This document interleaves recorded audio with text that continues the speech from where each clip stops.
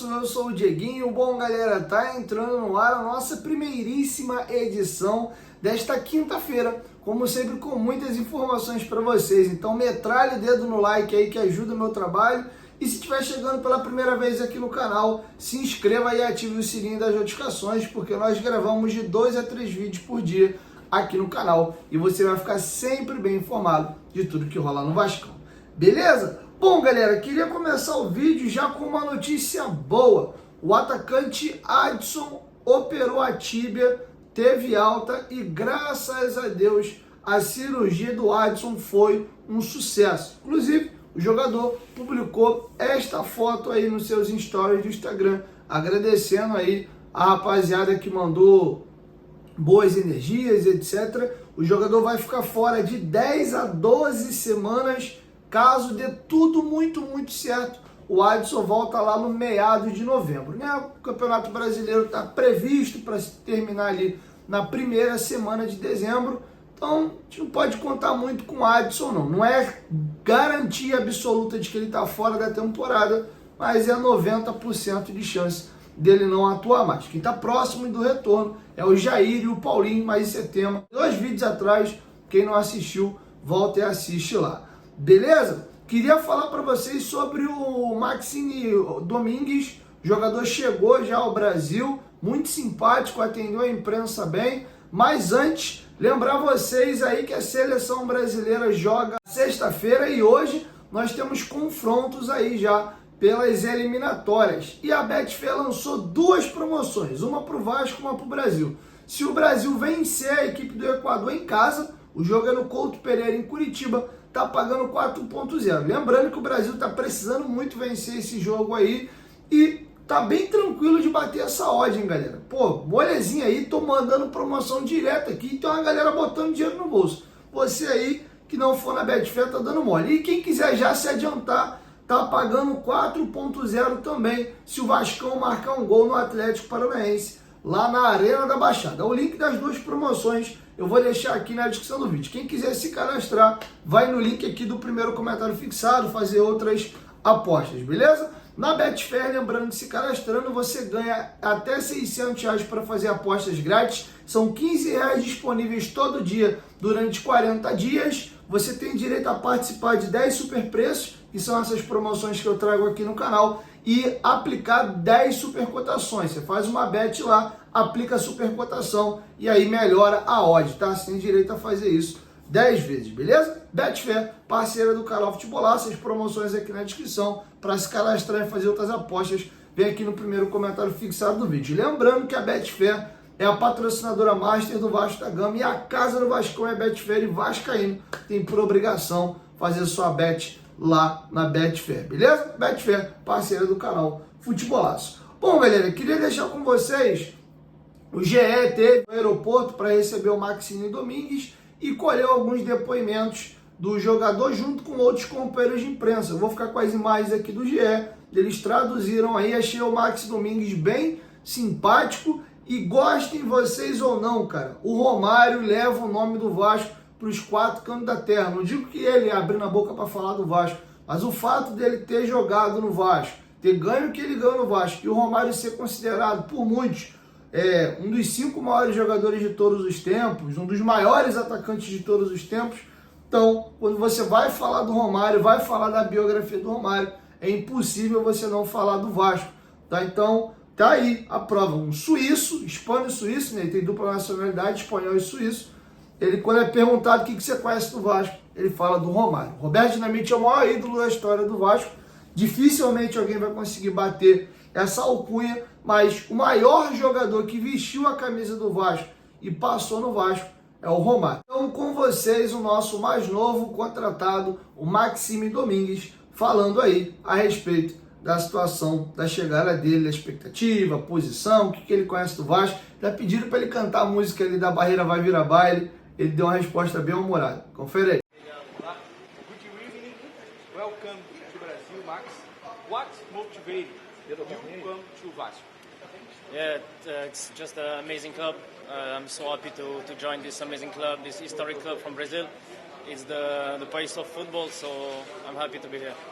Tell me, welcome to Brazil.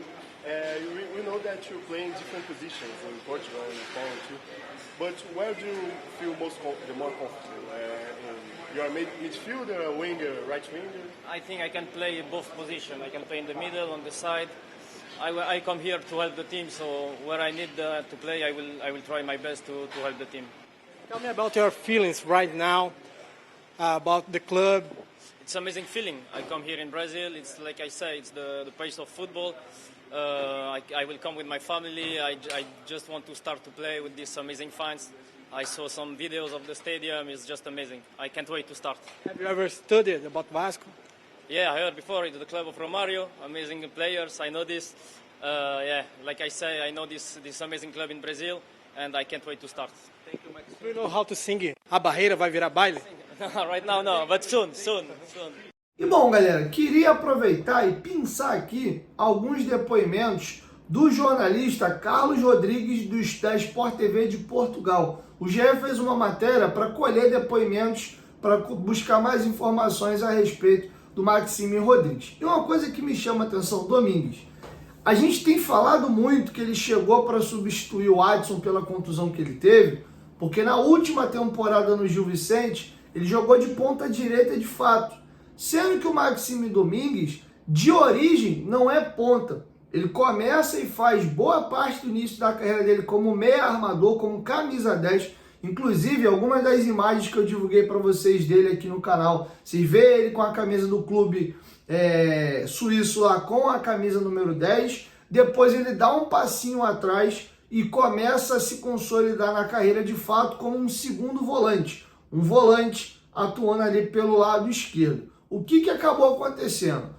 Como o Gil Vicente estava carente no setor e ele sabe jogar por ali também, o Gil Vicente na temporada passada utilizou o Maxime aberto pela direita como um ponta direita, né? Ele é canhoto, cortando para dentro. Ele foi muito bem, marcou 6 gols e deu 5 assistências, mas não é a posição de origem dele. Tanto é que ele fez agora 3 jogos pela equipe do Gil Vicente, já pela nova temporada que acabou de iniciar na Europa, e ele voltou a atuar como volante ali pela esquerda. Então fica agora aqui a dúvida. O Vasco de cara vai utilizar ele como? O Vasco o contratou para ser o Paulinho de perna esquerda, porque ele tem a característica do Paulinho de fazer área a área, tem arremate, tem bom passe, não tem a mesma força do Paulinho, mas é um jogador também que não é frouxo fisicamente, é um jogador leve, ou não, ele vai ser contratado, pelo menos nesse momento com a lesão do Adson, para jogar na ponta. O bacana é que ele é um jogador versátil. Se precisar fazer a do Paê atrás do atacante, ele faz. De segundo volante na vaga do Matheus Carvalho, sendo esse volante pela esquerda, é a posição que ele mais atuou na carreira, mas também jogou muito bem de ponta direita, que foi a grande temporada dele com a camisa do Gil Vicente, tá bom? Quero te ouvir, deixa sua opinião aqui embaixo nos comentários, aonde vocês acham que o nosso meia suíço deve atuar. Beleza? Vou agora aqui pegar os depoimentos do Carlos Rodrigues, jornalista do Sport TV. Ele teve uma facilidade de adaptação muito grande ao futebol português. E acredito que no Brasil também vai ter essa adaptabilidade. O pai e a esposa dele são espanhóis. Ele fala francês, inglês e espanhol. Agora em Portugal, acabou já por ficar também com os mínimos daquilo que é a língua portuguesa. Ele veio para Portugal como um camisa 8, um meia de condução de bola. No início do ano, por dificuldades de plantel ainda, acabou por jogar muito sobre a ala direita, mas até como ala do que como meia. Mas depois acabou por jogar na sua posição original. Tem muito boa qualidade com bola, boas decisões, capacidade de encontrar espaços, de jogar no espaço curto, e acabou por revelar também uma boa capacidade de chute de fora da área com gols. E por isso também foi um jogador tão importante para o Gil Vicente na temporada passada. Vamos aos números dele aqui no ano passado. Ele marcou 6 gols, ele foi o artilheiro do time na temporada do ano passado. Ele foi o terceiro jogador do time que mais deu assistências, com 4 assistências. Ele foi o primeiro jogador do time que mais deu passes em progressão, passes para frente, 134. Ele foi o primeiro do time em passes chaves, aquele passe que normalmente ocasiona uma jogada de perigo, foram 44. Ele foi o primeiro do time que criou ações de chute, ele teve 78 ações que criaram chute, e ele foi o quarto do time em desarmes. Ele teve 74 desarmes, mais algumas interceptações, tá bom?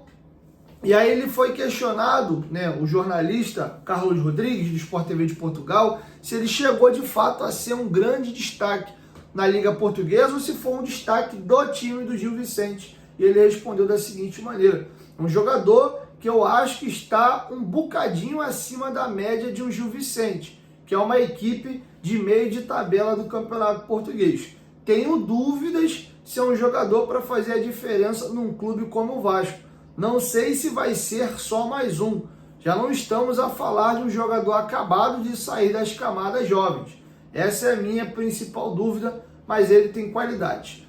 Tá claro aqui que o Maxime Rodrigues, por todas as opiniões, vídeos, análises de companheiros, do que eu consegui observar também, que a gente não está falando de um jogador brucutu. Ele tem suas qualidades, mas ao mesmo tempo também não estamos falando de um senhor jogador, de um cracaço, de um jogador, meu Deus, vai chegar aqui e vai voar. Pode acontecer? Pode. Jogador tem pico, alguns atletas têm pico de performance mais velho. Vou dar dois exemplos rápidos aqui, inclusive um está no Vasco, o outro passou. Germancano e também o Pablo Verratti. O Verratti fez praticamente a carreira inteira em times da segunda divisão da Argentina. Ele nunca jogou num grande clube argentino, tá? Inclusive veio ao Vasco, né, o primeiro grande clube da carreira do Verratti, já com 35 anos de idade. Ele completa 36 agora no mês de outubro, tá? Então, estou dando um exemplo de um jogador que atingiu o ápice já depois dos 30.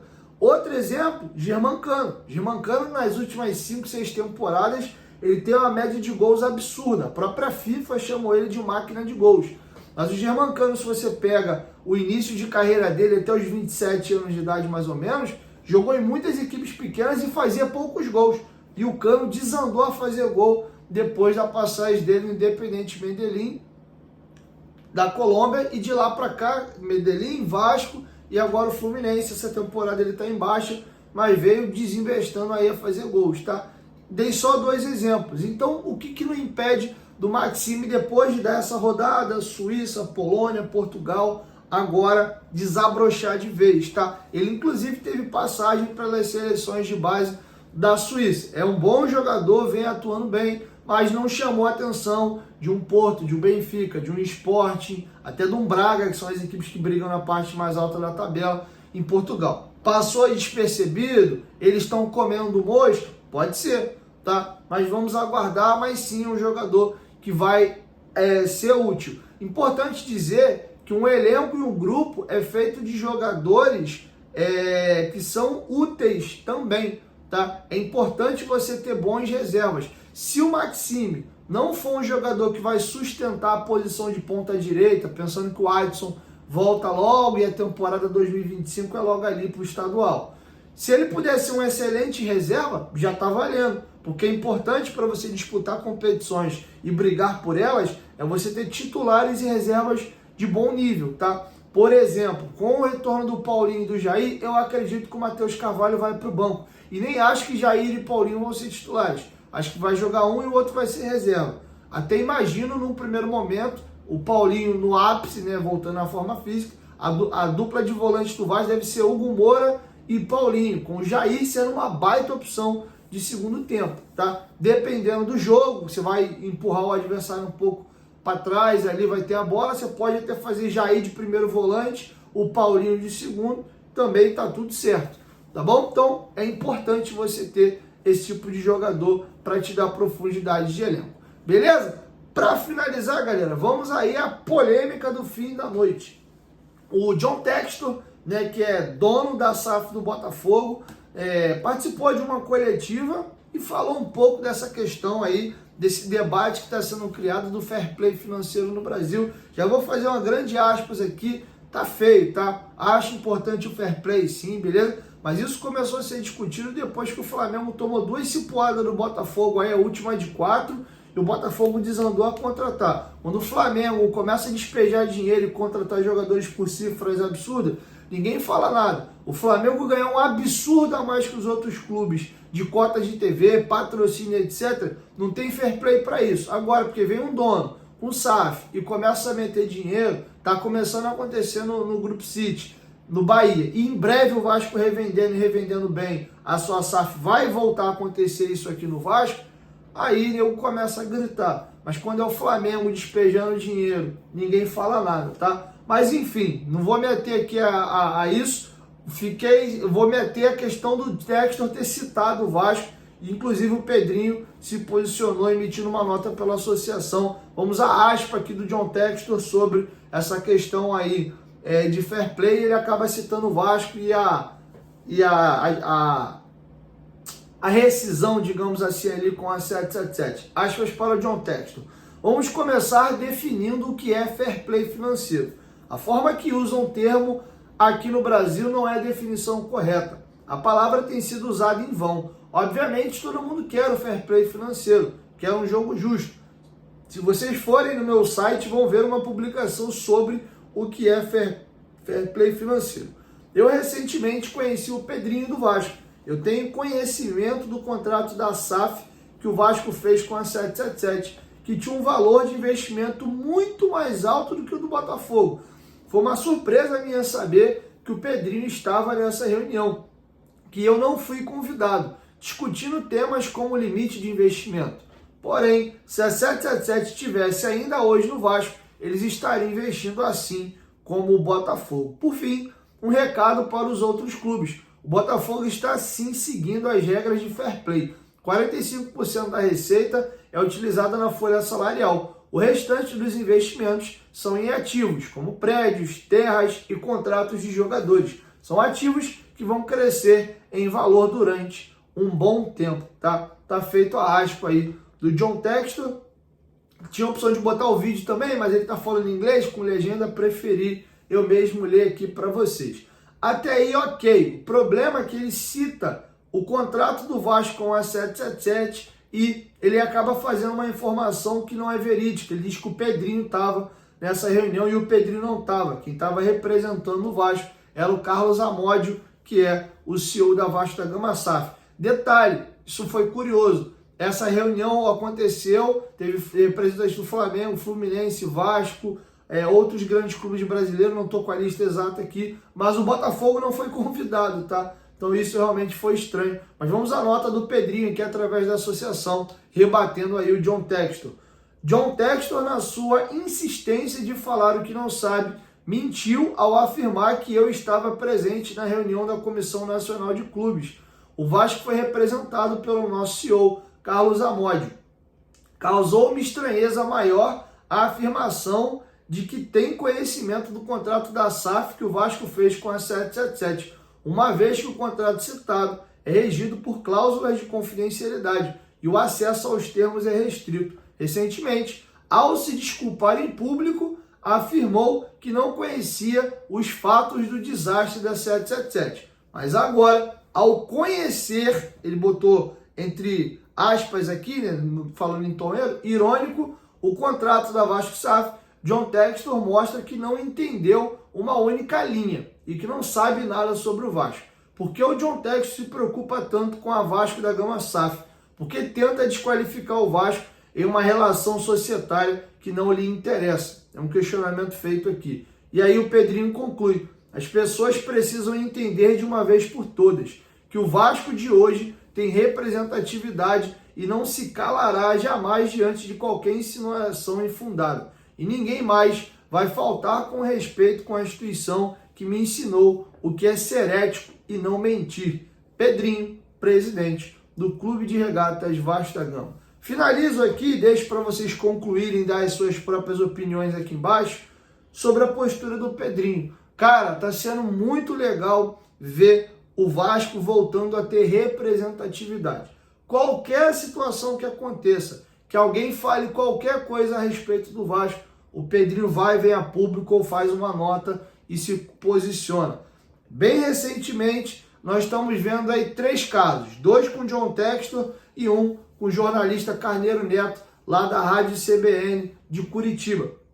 A questão do Carneiro Neto eu trouxe para vocês aqui no canal, dele falando da questão do Vasco ser um clube de Zona Norte, né, que a Zona Norte é violenta, e enfim, cita até o Eurico Miranda. A nota do Pedrinho foi bem pesada, rasgando de cima a baixo, inclusive com tons de sarcasmo, na questão da qual zona, não sei qual zona você nasceu nem que zona você frequenta, e ele já havia rebatido o John Textor naquele sorteio lá da CBF da Copa do Brasil, na mini coletiva que ele deu após o evento. E agora ele voltou a rebater o John Textor, tá? Então parabéns ao presidente Pedrinho, calça arriada hoje, é difícil alguém dar no Vasco, porque a gente tem um presidente que ama o clube acima de tudo e que sempre se posiciona. Tô gostando muito. Ele tem essa questão da transparência também, não é de jogar pra galera e fazer oba-oba, ele joga as merdas no ventilador mesmo, a SAF do Vasco tá quebrada, ele falou disso há uns 2, 3 meses atrás, ele expôs a questão aí dos contratos estarem superfaturados, de que o Vasco vai ter dificuldade para contratar jogador porque a situação tá delicada, em vez de ficar bravateando e falando que o Vasco quer fazer e acontecer. Então eu gosto muito da sinceridade do Pedrinho e dessas posturas firmes que ele tem a respeito de quando alguém se levanta para falar alguma coisa sobre o Vasco. Tá bom? Então é isso, galera. Assim eu vou encerrando com vocês a nossa primeira edição. Logo mais eu volto com a segunda. Lembrando que hoje é dia de Futebolaço Podcast, tá? Então estarei ao vivo lá. O programa tem feito muito sucesso. Tem feito as lives do Dieguinho, que é um programa ao vivo entre eu e os inscritos, né? Vocês vão mandando as perguntas ali ao vivo e eu vou respondendo. Tem algumas pautas, né, que eu já trago de casa para a gente poder debater. Então tá muito legal o programa, então eu espero vocês. Ou vai ao ar às 6 ou às 8, tá? Mas é só ficar ligadinho lá, que antes da live começar, já fica aparecendo para vocês o horário da live, beleza? Um beijo no coração de vocês e até daqui a pouco. Tamo junto.